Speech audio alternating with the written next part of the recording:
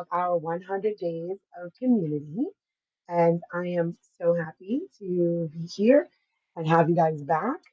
The past 2 days were pretty heavy, right? Talking about ancestral connection, talking about ancestral wisdom, dealing with the grief of what was lost in supremacy culture, um, dealing with accountability. Those things are tough, really hard hitting topics. So I hope that you are taking care of yourself during this 100 days of community, because a lot of what we are hearing, listening, doing it's going to be heavy, right? It's trauma work, it's grief work, it's sacred, it's spiritual, it's fun, it's painful, it's all of the things, right? It's the entire breadth of the human experience when you're doing the work of dismantling systems and creating something new. I have my headphones in today. Let me know if that sounds too muffled, and I will detach them, because the first time I used them, somebody said that they were a little bit muffled. Good morning. Good morning. So today is day 10, and what we are talking about is liberation begins with listening. Like I tell my children, listening ears, active body. Laura says, yeah, I felt it really strong, especially a few days ago, the emotions that come up. Yeah, it's very heavy. I know some people may join and be like, oh, 100 days of community. Great. We're going to learn how to do community. Here are the steps, one, two, three. And it's not that. There's a lot to be in community. Very specifically when you're seeking to be in an intentional space, an intentional community, and for it to be intersectional, right? You see very specifically white body people are like, I want to be in community with someone. It's like, bam, like, yeah, you got a lot. You got a lot to do before you could even become safe interpersonally, let alone the systems that need to be dismantled for you to be safe systemically, right? Even within intracommunal, right? Like if you're homophobic and transphobic, I don't give a damn who you are, where you fall on the scale. You can't be in my space. That's not safe, right? So there's so much to being intersectional, um, and it's not monolithic, right? It's not like, oh, all black people are welcome here, all white people are not. It's not. So much more intricate. I don't even want to say difficult. It's more intricate and interwoven than that. So there's a lot that goes into this, and there's a lot to grieve and to be aware of when you are building in-person community, when you are learning to dismantle what's happening inside of yourself in order to be able to be in community. Good morning, Michelle. I see you showing up every day, girl. Hey, girl. Hey. So, day 10, liberation begins with listening. Your three takeaways. One, listening is the foundation of understanding, not agreement. Sit with that for a second. Listening is the foundation of understanding, not agreement. Okay? Because if you came here and you think you're going to agree with every single thing that I have to say, go on and stop now. Go stop. Cancel your membership. Like, you're not going to agree with everything I say, and that's okay, right? That's going to be part of you being able to be in community with people with different thoughts, mindsets, ways of being, right? I curse in front of my children. My children curse. You may not agree. That's fine. Here's what they won't do: curse you out. Okay? Or curse around you, because we believe consent in all things, and people should be comfortable when they come in there in community with you, right? So they, like, my son will like, this fucking game pissing me off. I'm like, it does not bother me. It is just a way to express himself, right? But if my mother-in-law is here, you know, grandma can't take it. Okay, grandma can't take a little old Southern heart cannot take hearing you babies cursing like sailors. So consent in all things. Let's honor when grandma's here. We want to make sure she's comfortable. We're going to do that. Yes. Thank you, Pega, for repeating it. Listening is the foundation of understanding, not agreement. Two, listening is an act of dismantling supremacy culture. It really is. These small steps are tangible and actionable and will change your entire life. Three, listening is where healing and trust begin. So are we ready for day 10? I'm going to take a sip of water. Throat is still acting funny.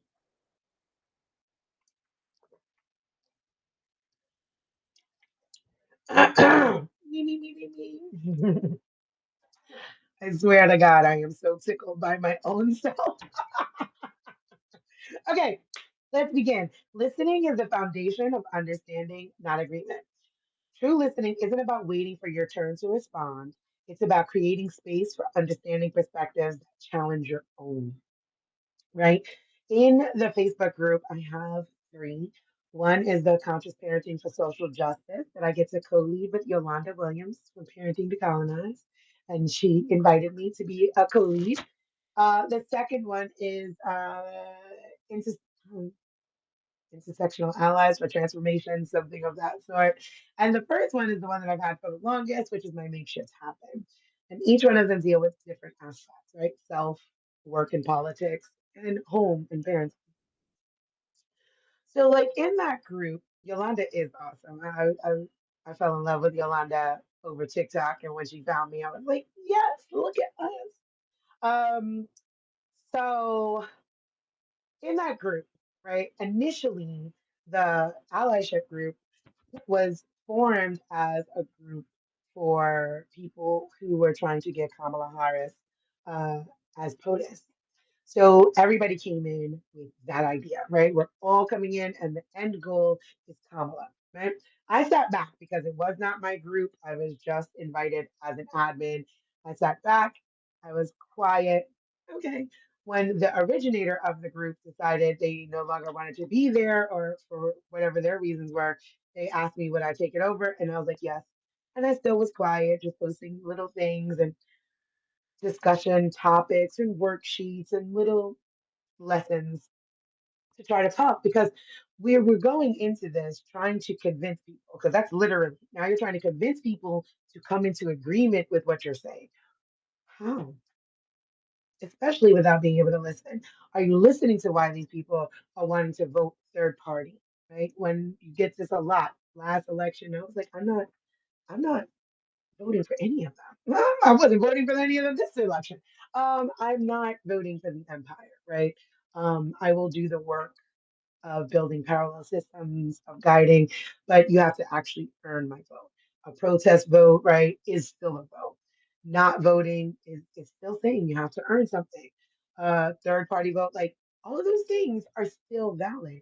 And if you're not willing to listen to why somebody feels that way, right? When Hillary was up, I was like, the 90s was riddled, riddled with that crime bill that, old Jim Crow Joe wrote and Bill Clinton and his wife pushed forward. And when Hillary Clinton stepped on stage and said that Black children basically were super predators, I my own self was a victim of that backlash of what that looked like, right? As a juvenile, got locked up, got into a fight. I did 3 years upstate and stayed on probation until I was 18. You know why? I was a super predator. So I know firsthand how those things impact people, right? And none of those policies change, right? They continue to go on. What they do in Haiti, just the Clintons and all of them, just the empire. Anyway, that's a whole other story. Um, but if you're not willing to listen to someone's lived experiences, if you're not willing to hear why your uncle's saying, I'm going to vote for Trump because of the economy, you're not going to actually be able to talk to them like, hey, bud, going to benefit you, as we've seen with the scare tactic of the freeze. His base would be impacted the most. How would you have that conversation with them? Is it a I told you so? Or is it a, I'm willing to hear what you have to say, are you willing to hear what I have to say? Right. So you made this choice, and here we are now, all living in this consequence together. So how do we survive together? Because at the end of the day, when this all falls apart, don't you want to find a way to bridge the gap with some people that you may not agree with? right? And now we can't disagree on major things, right? Like we're not gonna disagree on racism, homophobia, transphobia, pedophilia. There's no space for disagreement on that, right? There's not. I don't there no, no. But I am willing to listen to you, to hear you. We're not going to agree, and that's okay. I'm also somebody that's I'm not into the agree to disagree. Like we could agree to disagree. No, we could just disagree. Like we don't even have to come to an agreement on disagreeing. All I would like for you to do is understand my point of view.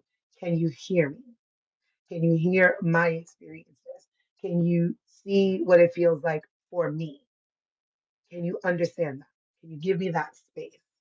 You don't have to agree with anything that I'm saying. That's 100% okay.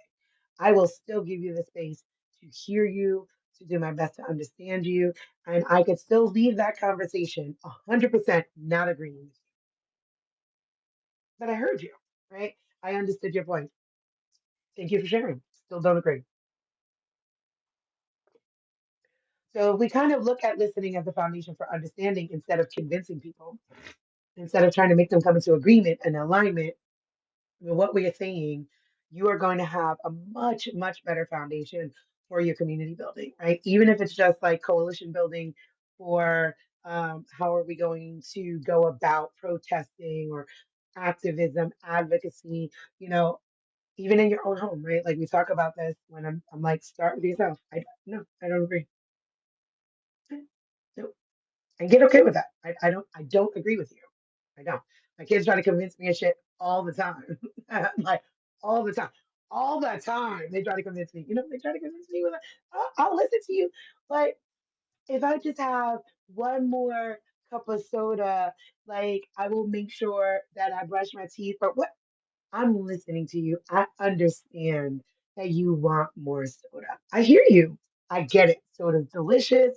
It tastes good to your body. Um, but also, my youngest has eczema. Too much sugar activates your eczema. You've already pretty much had your fill. Pay attention to your body. And she's gonna try. I'm listening. I understand you. I hear you. I don't agree, and it's not happening. See, as simple as that. Uh, two. Listening is an act of dismantling supremacy culture. Supremacy culture prioritizes dominating conversations, being right, and hoarding knowledge. When we listen deeply, we reject those behaviors and prioritize collective wisdom.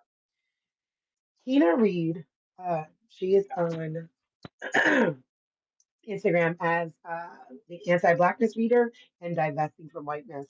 She is amazing. And she always says that Black genius is collective genius, right? Because it's been cultivated in community. A lot of what I'm saying, people come to me and they're like, "Oh, have you read this book?" Because, or, Bell Hooks said, and I'm like, yeah, because it's collective genius, like Kina says, right? We are sharing an experience, we are sharing knowledge, we are sharing. So it may sound familiar, it may resonate, because it's collective. And that is what happens when we listen to each other, right? We'll start understanding things in a deeper way. And that will bring about that collective wisdom, right? I put an example here. I said in workplaces or families, how often do the loudest voices dominate the decision making, right? When you think about, when you get frustrated, right? Like my kids will ask me, "Why are you screaming?" And I'm like, "Because it's the only time you fucking listen." Like now I'm screaming because I talked, I spoke, I said, "Hey guys, let's come here, let's gather round," and you did not hear me. Now I'm screaming, and everybody's like, "Oh," right? And that is something that we learn. Like that louder voice is going to be heard. Well, if we get into the practice of active listening,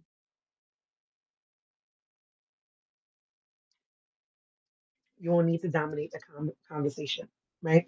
When you're trying to not be right, that's a huge part. When you come into a conversation with someone, I'm not trying to be right. Like I often tell people, I'm not trying to convince you of anything. I'm going to tell you what I know to be true for me. If that resonates, right, then it may be true for you too. Am I saying my way is the only way? Absolutely not. I'm saying this is my way. and I will help you do it the way I know it to be true to work.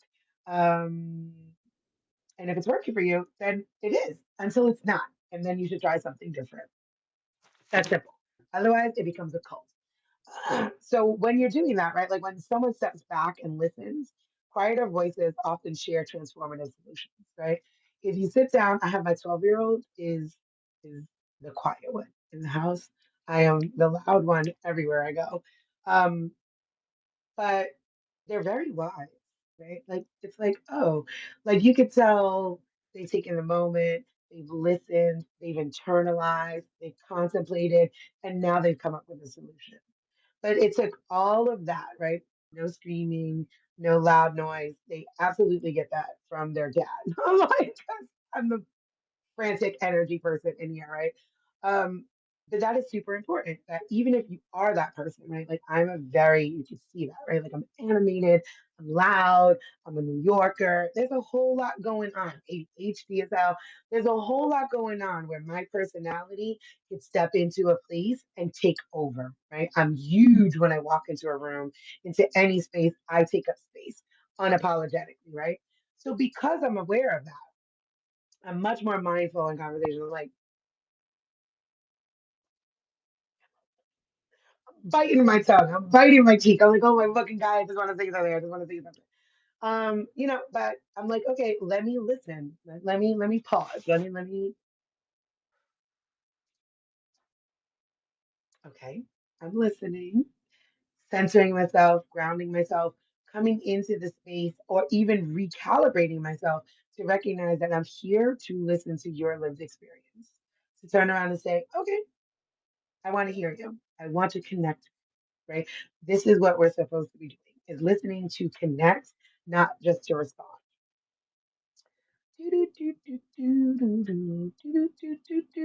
Three, listening is where healing and trust begin. Many times, what you'll notice when you're on these apps and when you're speaking with people, right, you hear Black women, Black people, the indigenous of Turtle Island, disabled people, um, neurodiverse people, like all sorts, right? Hi, Lisa. I'm glad to be seen by you. You're going to see that these marginalized communities often carry a bunch of trauma from not being heard or believed, right? So that right there is an act of healing, right? If we are coming to you and I am telling you this is true for me, for my community, for many of us, and you want to combat that, like, no, because it's like, so I'm lying. You're immediately saying that I am lying. What my experience is not true, and you're diminishing that. That's not a healing space. That does not say that I can trust you in coalition building, in community building. What can we do together if you don't even believe my own lived experiences, right? So I said active listening helps rebuild trust by showing that their experiences are valid and matter.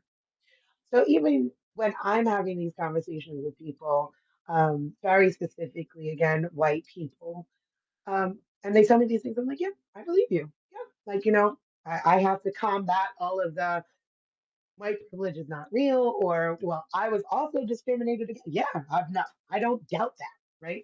I don't doubt that. I don't doubt that you were poor. I don't doubt that you're disabled. I don't doubt that you're autistic. I don't doubt any of those things. I don't None of your life is harder because of your race. If that's what I'm talking about, that's what I'm talking about. When you come to me and you tell me but this, that, and the other thing, you're not hearing me, you're not listening to me, and you're coming with defense. That is not a space where we can heal together. That is not a space where we can trust together. But if you can turn around and I'm speaking about my experience and you could chime in and be like, oh, I can understand that because of this and the other thing, we're exchanging something. As long as you land on, you recognize that you were not discriminated against because of this. Because many of those identities, unless visible, can be hidden or assimilated into. And that is what happens, right? We get this all the time when we're talking very specifically in anti-racism work, where Elon Musk does a Nazi symbol.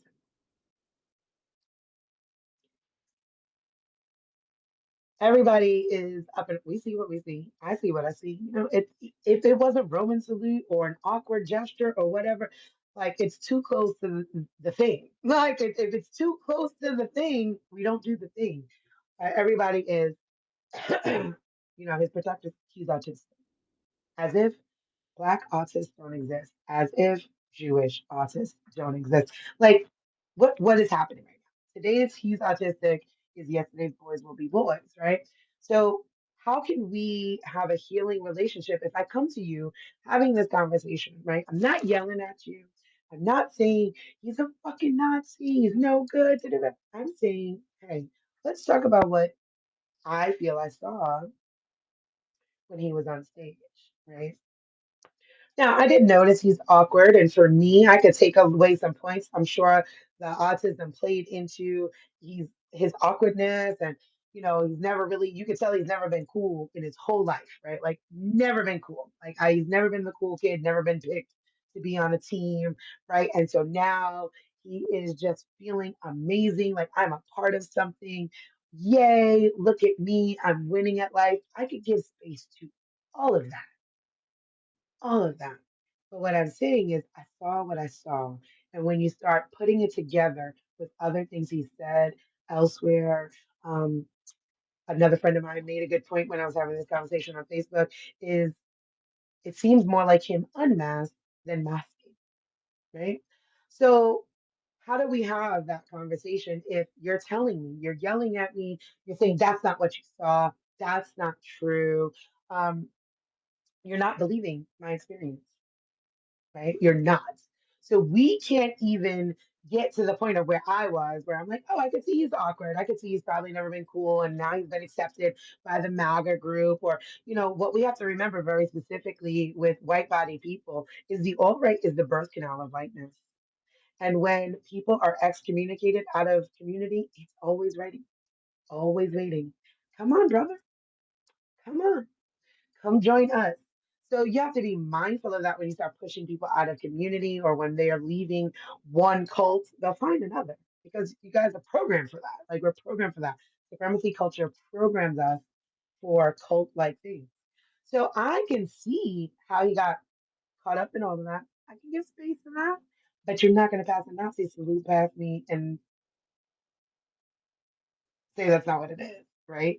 Like, and you don't have to agree with me in that conversation, but I am telling you that if you want to be in a conversation with me, you're going to have to hear me. You're going to have to hear and listen to what I'm saying. And I can give space for multiple truths, but you have to honor me. You have to honor my truth, and I will honor your truth. That may be true for you. You feel it was a Roman salute. Oh, hey, go off, go off. Now, let's ask the people who are impacted by that symbol the most, because that's who we should be taking cues from, right? And if it's too close to the thing, it's just too close to the thing. It shouldn't be done. And what should have been done is if that was not his intent, that be fixed immediately. That's community. That's accountability. That's you know what? Hey, I'm awkward as fuck. Like I was like, I was trying to do like the LL Cool, like I was trying to be super cool, like I and it fucked up. It fucked up. I'm so sorry. I fumbled. That is never my intention. I never want to bring harm that way. I could go for that. But the doubling down and finding all the reasons to be and do something else is exactly the behavior that happens that makes people untrustworthy. To be and there's no repair, right? Relationships break. That's okay. Where's the repair? And that needs accountability. That has to. We're always going to have conflict, right? Hi, Lindsay. We're always going to have conflict. That is something to remember, especially when you are building community, especially as you are just starting to build community, right? Because you have a vision, they have a vision, this person has a vision, right? So, how could all three of you come together and build on that vision? There's going to be conflict, going to be. That's a natural part of relationship. Where's the repair? How do you repair? And as long as people are willing to do the work, right, and do these steps of this listening, repair is always possible. Repair is always possible as long as all parties are willing to do the work, right? That is something I firmly believe. If everybody's willing to do the work, repair is possible. And then that comes with listening. Right? So that is my day 10 that I have here is that liberation begins with listening, right? Repair is possible, but it's going to take listening. It's going to take moving through that, trying to get into a conversation to understand, to not be in agreement, listening as an act of dismantling supremacy culture, and listening, remembering that listening is where healing and trust begin. Because you got to hear me, you got to know what I've been through. You have to sit with me, with the grief, with the trauma, with the truth, so we can sit down and see what the hell are we going to do together? How are we going to build? How do we tear this down? And we know where it's impacting each of us. So, with that, I will remind you that today is day 10, and this is our final day of it being open call. Starting tomorrow, it will be closed to paid subscribers. If you cannot afford the yearly subscription to my Substack, which is $80 with 20% off right now, uh, email me scholarships at Desiree B. Stevens with a PH.com, and I will happily, with joy, comp you for the entire year. You know why? Because I trust you, because I listen, because I believe you. I believe that you can't afford it. And I believe that we are all fucking navigating capitalism. And I have no issue compensating for that navigation. So I look forward to tomorrow. I look forward to connecting. I look forward to chatting and doing the work. And when you become a paid subscriber, you get to join my fun Facebook group, the Make Shift Happen group. So join us for that. See you tomorrow. Bye.